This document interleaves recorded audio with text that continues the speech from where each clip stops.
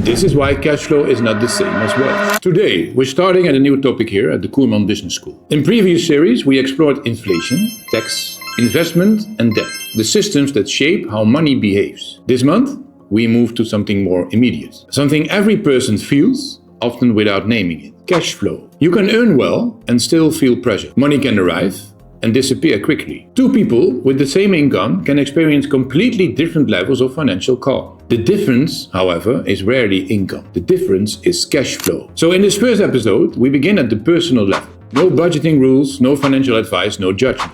Just one simple question. What is really happening to money as it moves through your life? At its simplest, cash flow is the movement of money in and out over time. Not how much you earn in theory, not what your salary says on paper, but what actually arrives and what actually leaves. Cash flow is about timing and direction, not just totals. Imagine a river. Income is the water entering. Expenses are the water leaving. Financial calm happens when the river flows steadily. Stress appears when the flow becomes irregular, too much leaving at once, or too little arriving in time. This is why cash flow is not the same as wealth. Someone can own assets and still feel daily pressure. Another person can earn modestly and still feel stable. Another person can earn modestly and feel stable. Because cash flow is not about how much exists, it's about how smoothly it moves. One of the most common misunderstandings in personal finance is confusing income with available money. Income is a number, just a number. Cash availability is an experience. For example,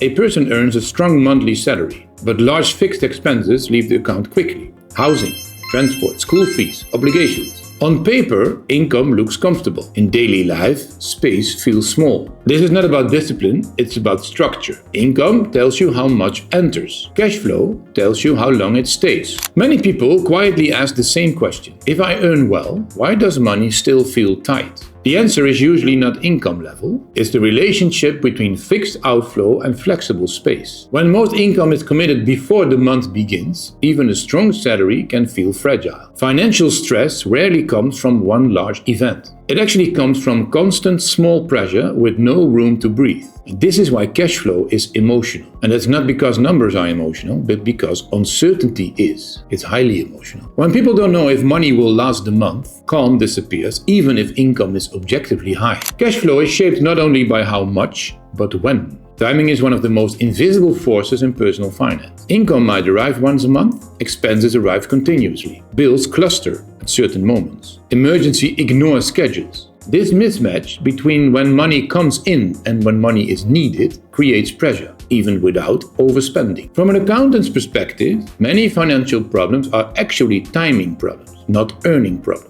That distinction matters because timing can be managed even when income cannot change immediately. Personal cash flow is deeply connected to life stability. Stable income creates predictable flow. On the other hand, unstable income creates emotional volatility. And this is why two careers with the same yearly earnings can feel completely different day to day. Predictability reduces stress more than size, and personal reality always matters. Cash flow cannot be separated from life itself. And that's why simple financial comparisons between people are rarely meaningful. Because the numbers may match, but the lives do not. This episode is not about judging spending or prescribing solutions, it's about seeing clearly. Many people try to solve stress without first understanding its source. But awareness changes the conversation. So instead of asking, why am I bad with money? The question becomes, how is money actually flowing through my life? That shift removes blame and replaces it with information. And information creates calm. Not instantly, but steadily. So let's pause with a few quiet questions.